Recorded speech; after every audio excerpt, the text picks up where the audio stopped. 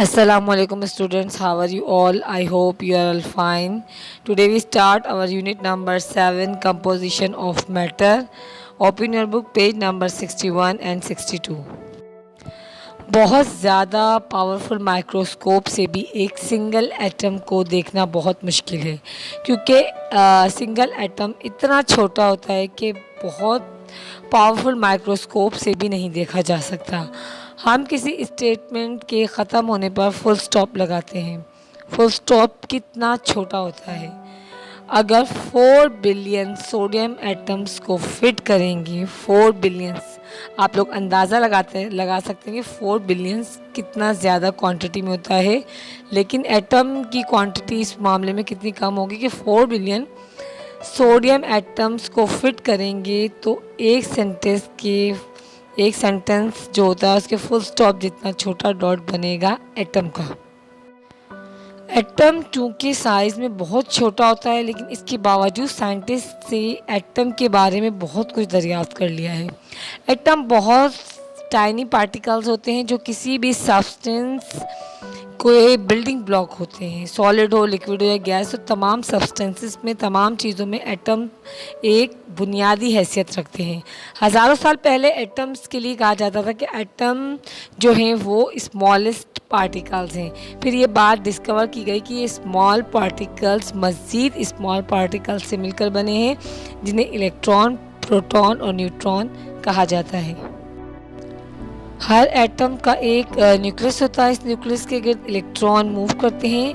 Nucleus क्या है? Nucleus खुद 2 तरह के पार्टिकल से मिलकर बना है, जिसे प्रोटॉन और न्यूट्रॉन कहते हैं। एटम्स के ये पार्टिकल्स बहुत लाइट होते हैं। इनके मास को ग्राम्स में नहीं बल्कि एटॉमिक मास यूनिट्स में मेजर किया जाता है। प्रोटॉन्स और इलेक्ट्रॉन्स पर इलेक्ट्रिक चार्जेस भी होते हैं, जिसे आप टेबल में देख सकते हैं। As you see in the table, particles जो हैं एटम के तीनों दिखाए गए हैं, प्रोटॉन, न्यूट्रॉन और इलेक्ट्रॉन। ठीक है। मास जो है वो इनका एटॉमिक यूनिट्स में लिया गया है, जैसे कि प्रोटॉन का जो मास है वो 1 है, न्यूट्रॉन का जो है वो भी 1 है, लेकिन इलेक्ट्रॉन का कोई मास नहीं होता है। इसी तरह से प्रोटॉन जो है वो पॉजिटिव चार्ज होते हैं, न्यूट्रॉन जो होते हैं इन पे कोई चार्ज नहीं होता है, जबकि इलेक्ट्रॉन जो होते हैं वो नेगेटिव चार्ज कैरी करते हैं। साइंटिस्ट ने एटम के स्ट्रक्चर पर बहुत काम किया और ये थ्योरी पेश की एटम्स के मॉडल के साथ कि इलेक्ट्रॉन्स न्यूक्लियस के गिर्द एक लेयर या लेवल में अरेंज होते हैं। ये लेयर या लेवल जो है इसे हम शेल भी कहते हैं।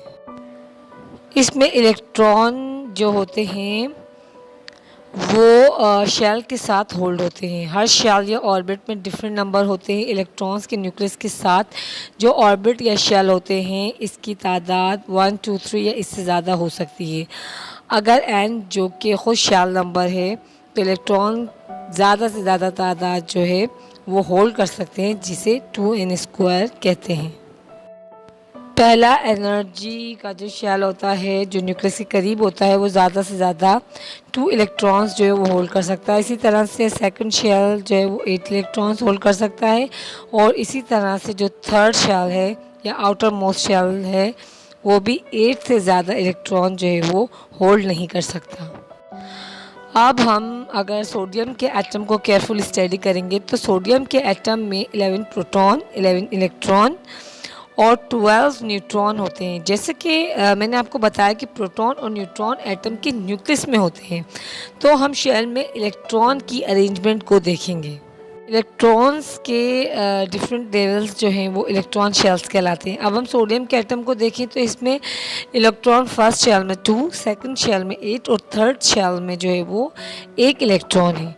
क्योंकि सोडियम में इलेक्ट्रॉन की तादाद 11 है तो 11 इलेक्ट्रॉन जो है 2, 8 और 1 की तादाद में सेट हो गए हैं। सोडियम एटम को 2, 8, 1 मीन्स फर्स्ट शेल में 2, सेकंड शेल में 8 और थर्ड शेल में 1 के हिसाब से लिख सकते हैं। तो 2, 8, 1 इलेक्ट्रॉन्स की अरेंजमेंट है शेल के हिसाब से, और इस अरेंजमेंट को इलेक्ट्रॉनिक कॉन्फ़िगरेशन भी कहते हैं। स्टूडेंट्स, आई होप आपको जो है वो आज का टॉपिक समझ आया होगा। इससे रिलेटेड असाइनमेंट कीजिए और स्कूल में सबमिट कराइए।